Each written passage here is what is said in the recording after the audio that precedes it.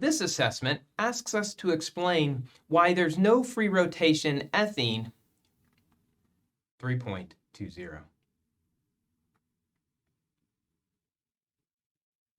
This assessment asks us to explain why there is no free rotation in the molecule ethene, and to explain that on the basis of the molecular orbital picture.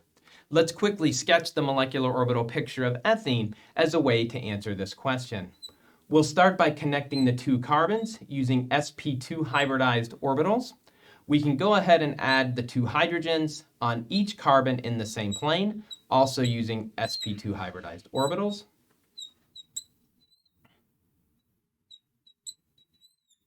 When we get here, all that's left is to put in the carbon-carbon double bond, the pi bond. We'll use overlapping p orbitals for this,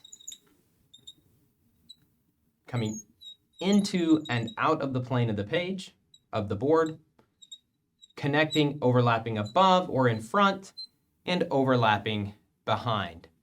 It's really this issue of overlap. These two p orbitals must be aligned in order to have formed the carbon-carbon pi bond.